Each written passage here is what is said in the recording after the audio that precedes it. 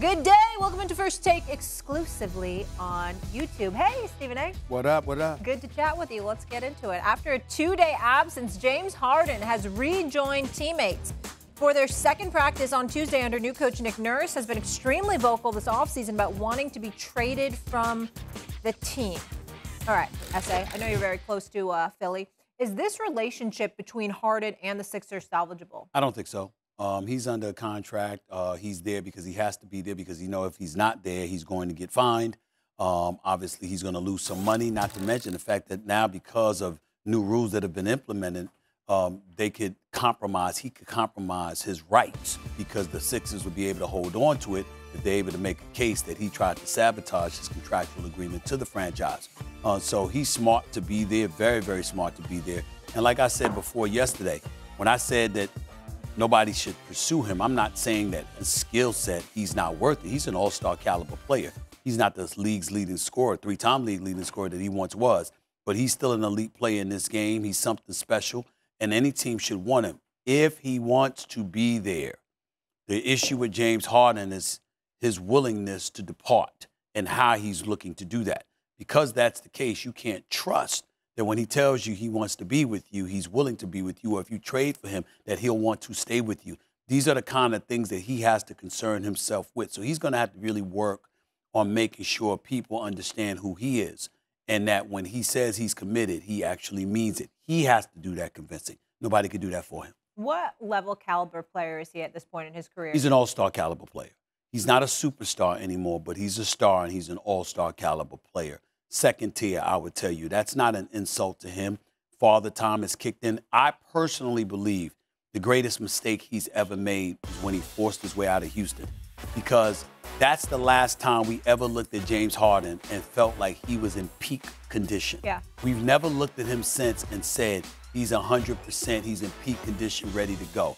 He's so skilled that he can offset his lack of conditioning from time to time. But there has never been an occasion in Brooklyn or in Philadelphia where, to us, he looked like the James Harden we would see on a night-in, night-out basis in Houston. And I believe that's because he came into camp out of shape, determined to get himself, out of Houston, and his body never recovered from the lack of conditioning he allowed to happen to him.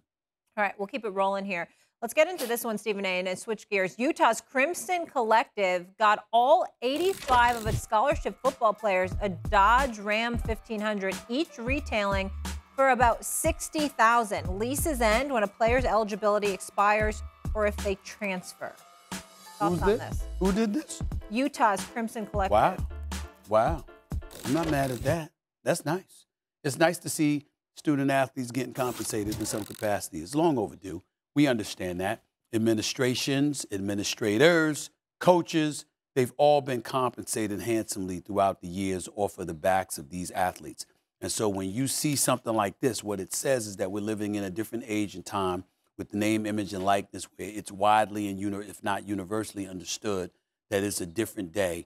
And the days of players not being compensated for what they bring, for the monetary compensation that they bring to an administration or a university overall, is long past. And so I like this. I like something like that, and I hope to see more of it. Yeah, I love it. Look at these Utah players getting in the car, so excited. They deserve it. They work so hard.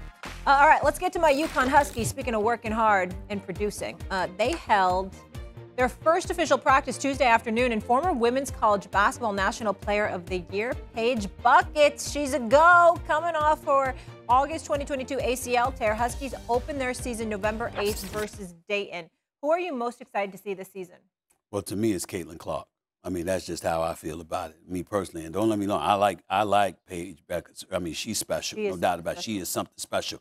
But I think about Caitlin Clark, and it's a shame that she didn't have the team that could compete with LSU. LSU was something special. They're going to be something special again this year with Kim Mulkey leading the way. I get all of that. But in the end, I'm just a Caitlin Clark fan. I think she is the Steph Curry of women's college basketball. She is a spectacular sniper.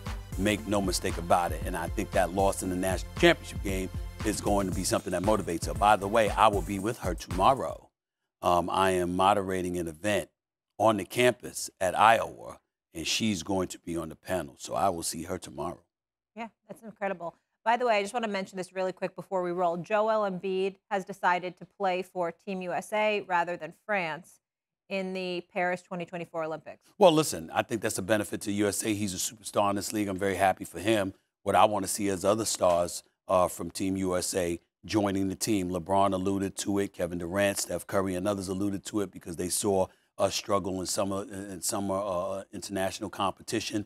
The fact is that other nations are trying to act as if they're better than the United States of America when it comes to the sport of basketball. Like their best is better than our best. Well, we haven't been sending our best, and we need to show the level of commitment that those other nations or those players from other nations or those national players have shown. They're showing more of a commitment to their country. We're showing more of a commitment to our individual brands.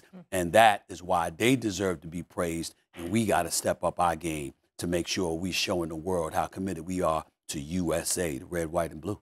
Absolutely. All right, that'll do it for us. Thanks for watching. Be sure to watch First Take Monday through Friday, 10 a.m. Eastern on ESPN. Be sure to check out more exclusive First Take debates right here on YouTube.